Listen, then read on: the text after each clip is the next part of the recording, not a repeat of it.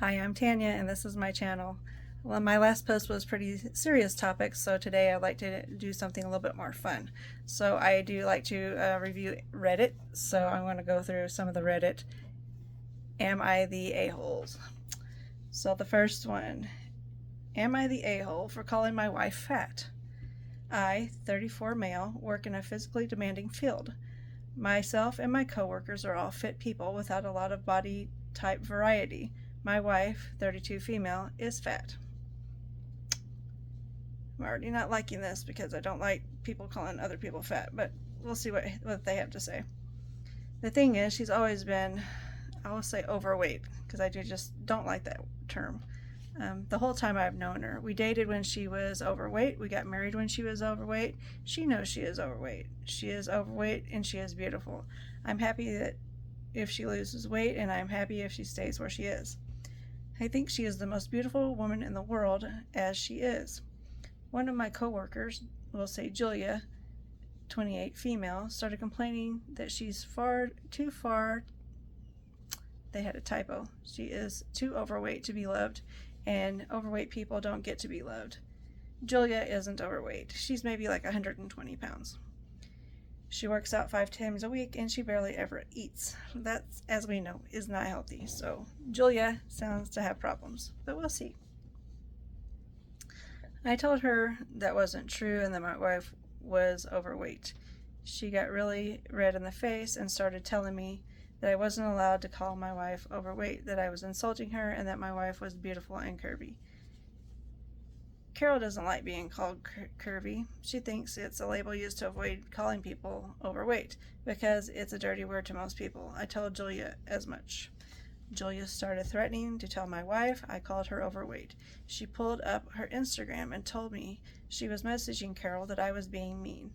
I beat her to the punch and I called my wife, put her on the speaker, and I asked if she was curvy or fat. Carol laughed and said, I hate that curvy stuff. Fat and beautiful, baby. I thanked her, I told her I loved her, and I hung up. So apparently, Carol doesn't have a problem with the term fat, whereas I would rather say overweight. But that is each their own, right?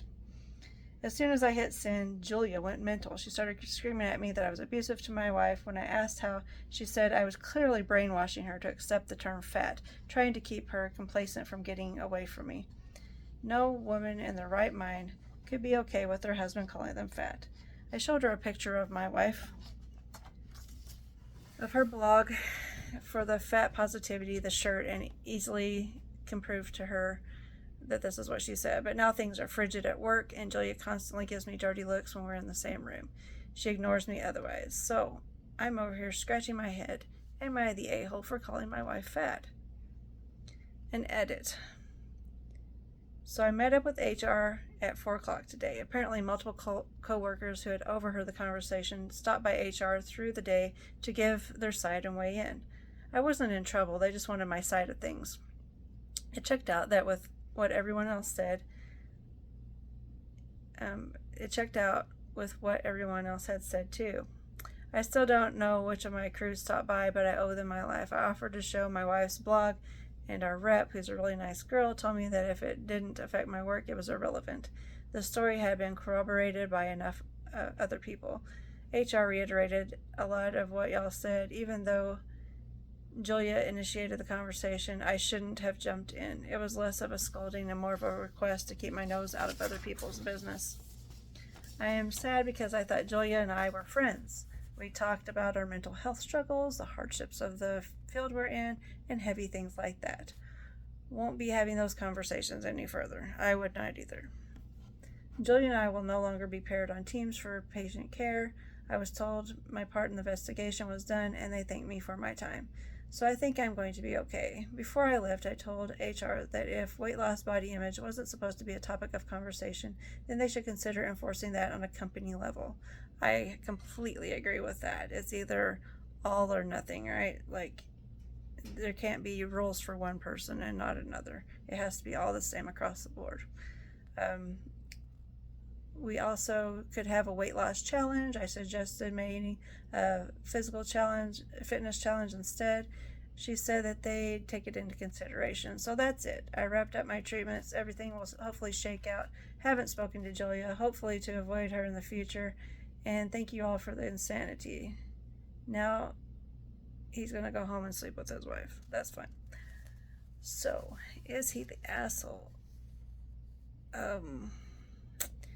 Yeah, a little bit still. I mean, I don't think it's appropriate to comment on somebody else's weight to coworkers. Like, you shouldn't be talking about your spouse's weight or being too thin or too overweight to pretty much strangers. I mean, you work with them, but you aren't usually friends with them. If you are friends with them and you see each other outside the facility where you work, that might be something different. But if you're not really good friends with them, it's not right to talk about your wife or someone that you're supposed to love like that to people.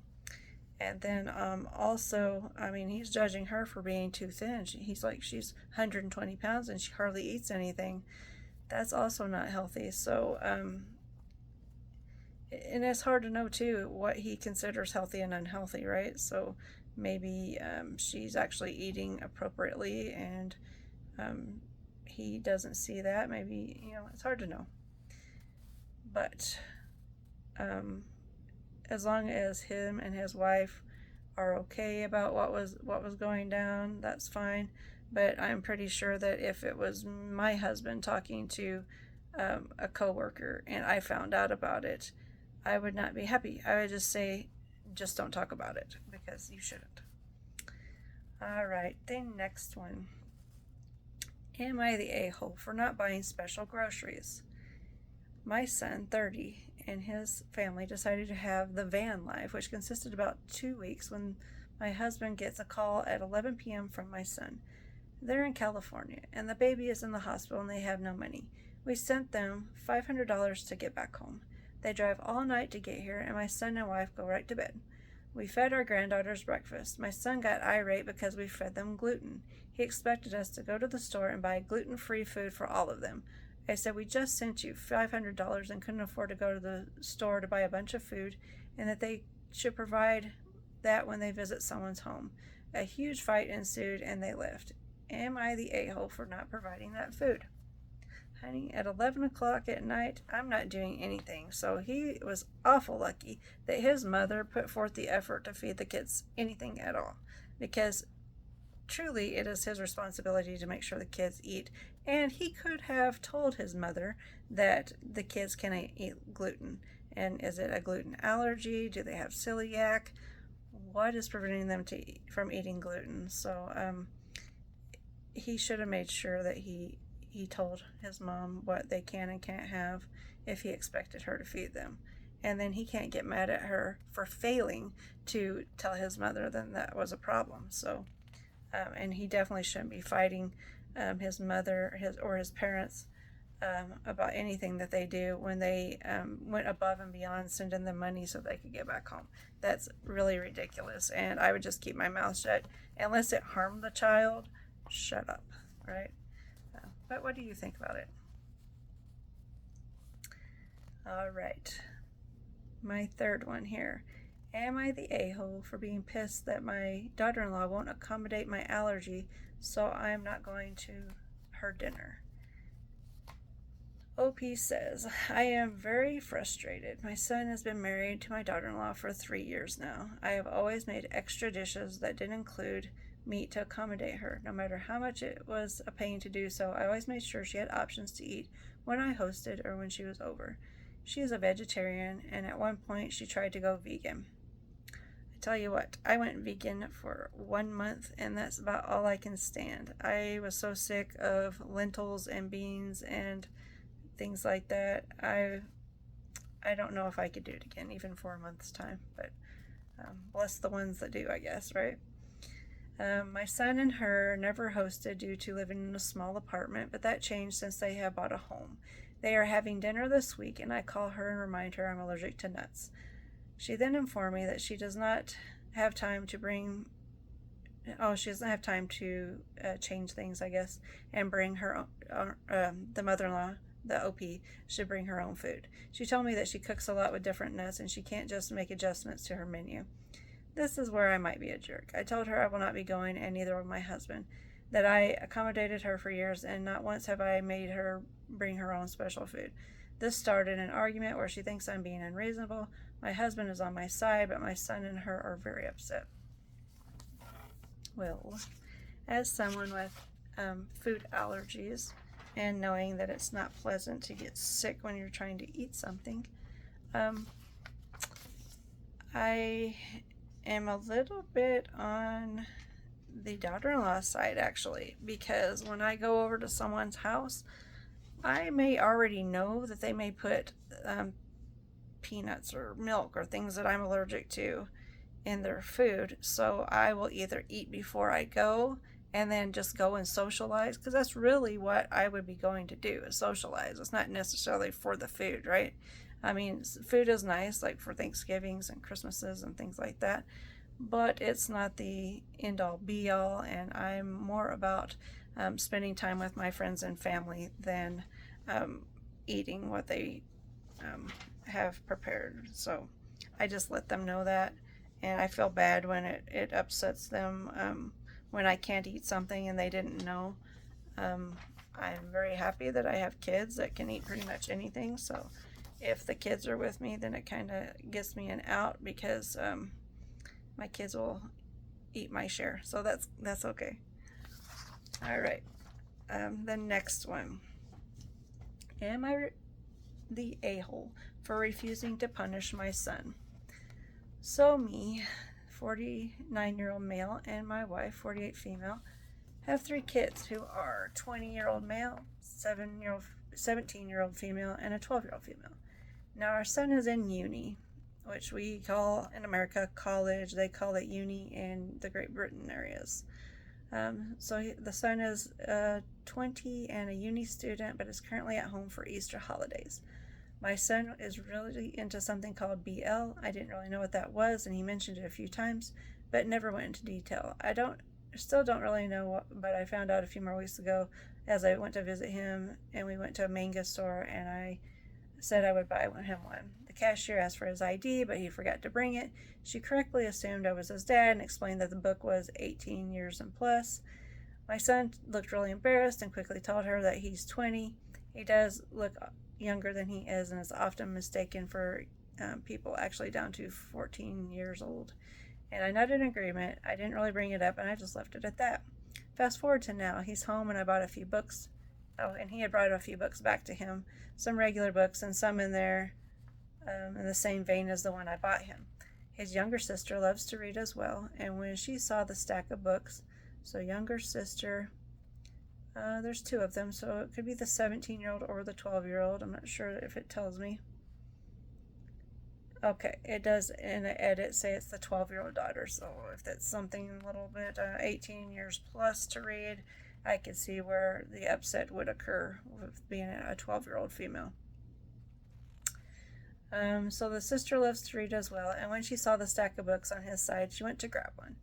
He quickly stopped her and told her she's not allowed to read those. She was confused and asked why, and he told her she's too young, and I thought that was it.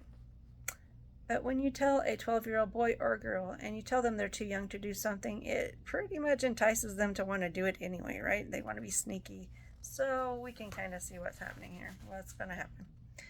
Well, today I came home from work for lunch, only to be greeted by my wife yelling at our son.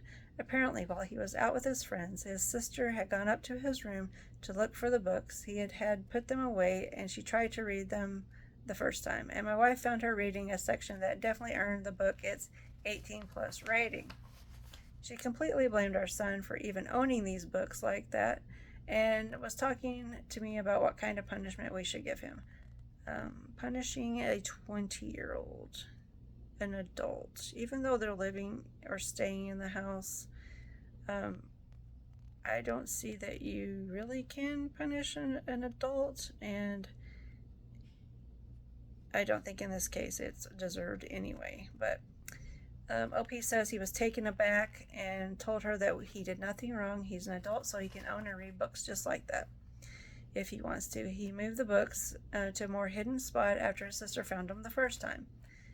This has now caused a massive argument, and she's adamant that our son needs to be punished. Well, I don't think so, and I have said that I will not support any punishment she gives him because it's unfair and he did nothing wrong.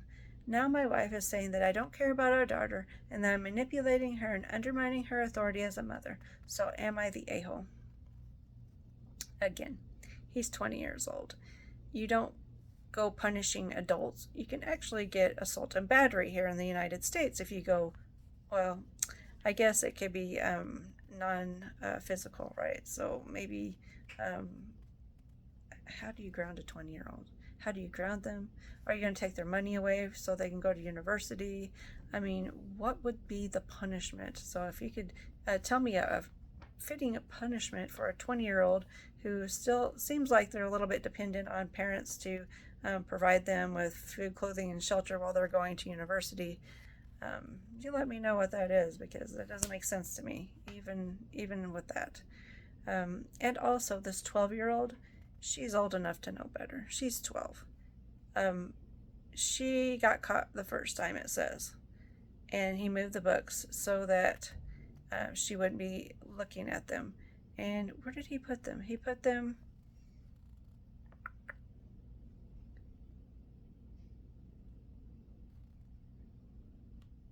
in his room. That's what I thought. He put them in his room. So his little sister goes in and invades his space in his private room to find the books because she knew they were there. And then she starts reading them. The mom catches her and blames the son. It is not the son's fault. The son can have whatever he wants in his private area. That makes no sense. So the daughter really should be punished. She should be grounded, or she should, have some kind of punishment that would teach her not to invade other people's private spaces. That's not okay, even as a 12-year-old, especially as a 12-year-old with a 20-year-old adult. You're going to expect that there's some things in there that they don't need to see. I'm sure the mom would want her going in and looking through mom's drawers and closets and things like that to see what's in there. Just doesn't make sense. So, Mom, you're the a-hole. Okay, next one. Am I the a-hole for finding it unfair that my dad told me that I had to pay rent or move out at 18, but didn't tell my brothers the same thing as at 18? I, 17-year-old male, made this account because I think my dad is being unfair despite everyone I asked telling me he's not. I talked to my family about it for support, and they were unsupportive and actually called me ungrateful. I turned 18 on April 21st, and this is pretty new, so it's coming up a couple weeks from now. My dad told me that he wants me to start paying rent after I turn 18, or I'll have to move out. This made me upset, and because both of my brothers weren't forced to move out or had to pay rent until when they turned 18. My oldest brother, 25, only moved out 2 years ago. So 25 minus 2 years, that's 23. So that's not 18. And my older brother is 22 and still lives with us. I told him this, and he told me that he knows and he made a mistake when raising them, and he wasn't going to make the same mistake with me. I asked my dad if he was saying this to my brother, and he told me that he wasn't because he was unemployed, and if he were to kick him out, he'd be homeless. I asked my dad why he cares about him not being homeless, but is ready to make me homeless. He told me that he will help me find an apartment, will co-sign the lease if I choose to move out. And I asked my dad why he wouldn't just do that for his brother instead, but he told me that he doesn't trust him, which really makes me mad even more. I feel like I'm getting punished for being well-behaved, and I would agree. I think he is being punished for being well behaved, and it is not fair. Anyway, he explained it to his dad and told him that if he would have parented better, that he wouldn't have had to force off his regrets onto me. My dad got upset with me and told me that I was being unfair, and that I know how hard he tried to raise all of us, and I can't fault him for everything when he tried his best. I tried to call my family to try and have them convince my dad that he was being the unfair one, but they told me that I should be grateful that my dad cares about me and that they agree with him. They told me his only fault is letting his 22-year-old and his 25-year-old stay as long as they did, and they are glad he wasn't going to enable me. I did nothing wrong. I feel genuinely like I'm being punished for my brother's actions, and I don't find it fair at all. I 100%. If this is the real case, because as we know, some of these Reddit posts, they may be made up. But in this case, if it is true, I agree with the kid. It is time. So the 25-year-old is moved out, so you don't have to worry about him. The 22-year-old, that's the one you need to focus on. The 22-year-old needs a plan for how are you going to survive out in the world? Where are you going to live? You need a job. He needs to give him a time frame. You got 4, 6 months, whatever, to get a job, save up enough money for a down payment, and pay your own rent. If you got to get a roommate, get a roommate. Grow up. It's time to grow up. Otherwise, if he was in school, if he was in university, that's one thing. Like this kid, he's going to be 18 and he's wanting to go to university maybe. He should be allowed to stay home if he can until he gets his degree done. It's expensive out there, and when you're going to school, working full time, and having to pay rent and for food and utilities and all these things, it can be very overwhelming. And as a parent, and I would think that he would want to give him all the resources possible to help him succeed, especially since the 22 and 25-year-old, it took so long. So with this 22-year-old, that's worrisome. Like 22, he's not working, he's not doing anything, doesn't seem like he's going to university. If he is, then I take it back, and maybe they need to continue helping him until he graduates. But if he's not at least going to university and needing the help while he does that, plan for getting him out of there. They call it failure to launch. That was a movie, right? So stop babying him. Get him out of there. And then give the 18-year-old a chance. Give him a little time to figure out if he can survive on his own and pay his rent and be an adult from 18. Yeah.